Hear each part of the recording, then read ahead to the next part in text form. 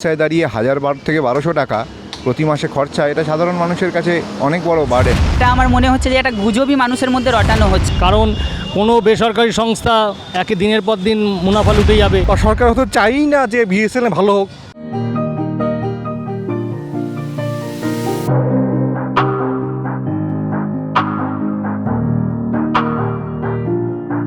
একটা বাড়িতে 3-4 জন মেম্বার, বেশিরভাগ ক্ষেত্রেই যে একজনকেই আর্নিং মেম্বার একজনই, তো সেখানে যদি 300 টাকা করে প্রতি মাসে রিচার্জ হয়, 1000-1200 টাকা এক মাসে শুধু মোবাইলের পিছনে খরচা হয়ে যাচ্ছে, এবং আজকের দিনে এটা অত্যন্ত প্রয়োজনীয়, এটা ছাড়া আজকে চলবেই না। সেই অবস্থায় দাঁড়িয়ে 1000 থেকে 1200 টাকা প্রতি মাসে খরচা, এটা সাধারণ মানুষের কাছে অনেক বড় বার্ডেন। এখন সবাই বিএসএনএলের দিকে মুখ ঘুরিয়েছে এবং সোশ্যাল মিডিয়াতে বিভিন্ন হ্যাশট্যাগ চালু হয়েছে, বিএসএনএলকে নিয়ে বিরাট হইচই হচ্ছে, বিএসএনএল আবার রুখে দাঁড়াবে। কিন্তু প্রশ্ন হচ্ছে যে তার নেট পরিষেবা এখনও 2G 3Gতে অবস্থান করছে, এবং এতদিন বহু পক্ষ থেকে 4G চালু করার দাবি হওয়া সত্ত্বেও সরকারের একটা সংস্থা যার 4G চালু হয়নি, সরকার এতদিন 4G চালু করতে পারলো না কেন? আপনার কি মনে হয়? সরকার চালু করতে পারেনি, সরকার চায়নি তাই চালু করেনি।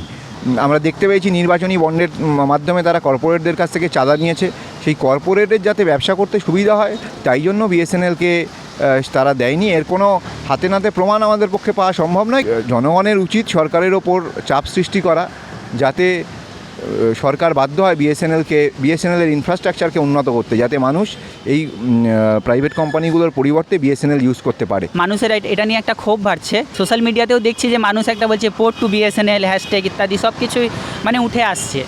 তো এটা আমার মনে হচ্ছে যে একটা গুজবই মানুষের মধ্যে রটানো হচ্ছে। মানুষের যে একটা ক্ষোভ যে জাগছে, এটা নিয়ে যে মানুষ সরকারের বিরুদ্ধে বা সংস্থাগুলোর বিরুদ্ধে একেবারে উপরে না পড়ে, এটা মানুষকে একটু দেখাচ্ছে। টাটার প্রতি যেহেতু মানুষের একটা সুর একটা নরম আছে, টাটা একটা দেশীয় প্রোডাক্ট ইত্যাদি এরকম করে মানুষের একটা ভোলানোর চেষ্টা যেটা চলে, তো সেটা দেখানো হচ্ছে। সত্যি আমি দেখেছি সোশ্যাল মিডিয়ায় রতন টাটা যে এত কোটি টাকা ইনভেস্ট করেছে তারা বিএসএনএলকে উন্নত করবে বলে, এটা মানুষের ক্ষোভকে থামানোর জন্যই আমার মনে হচ্ছে। বাস্তবে এরা কিছু করবে বলে মনে হয় না। একটা অভিযোগ আছে যে এই যে বিএসএনএল এতদিন পর্যন্ত 4G কানেকশন করতে পারেনি, তার সার্ভিস খুবই দুর্বল, তাকে ক্রমশই দুর্বল করা হয়েছে।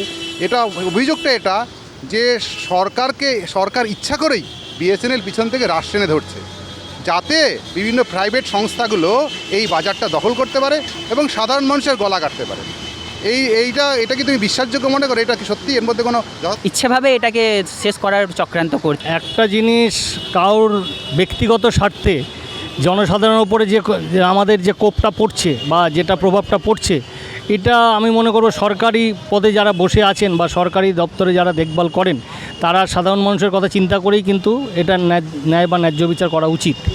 কারণ কোনো বেসরকারি সংস্থা একে দিনের পর দিন মুনাফা লুটে যাবে বা তারা সাধারণ মানুষের থেকে কোটি কোটি টাকা ইনকাম করে, কারণ সাধারণ মানুষের তার ইনকামটা বাড়ছে না। এটা তো খুবই চিন্তার বিষয়, আতঙ্কের বিষয়।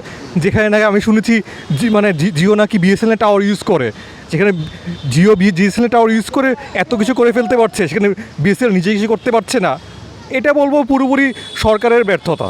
বা সরকার হয়তো চাই না যে বিএসএনএল ভালো হোক, যেরকম সরকারি স্কুলগুলো ভালো পরিষেবা থাক, সেটা চাই না।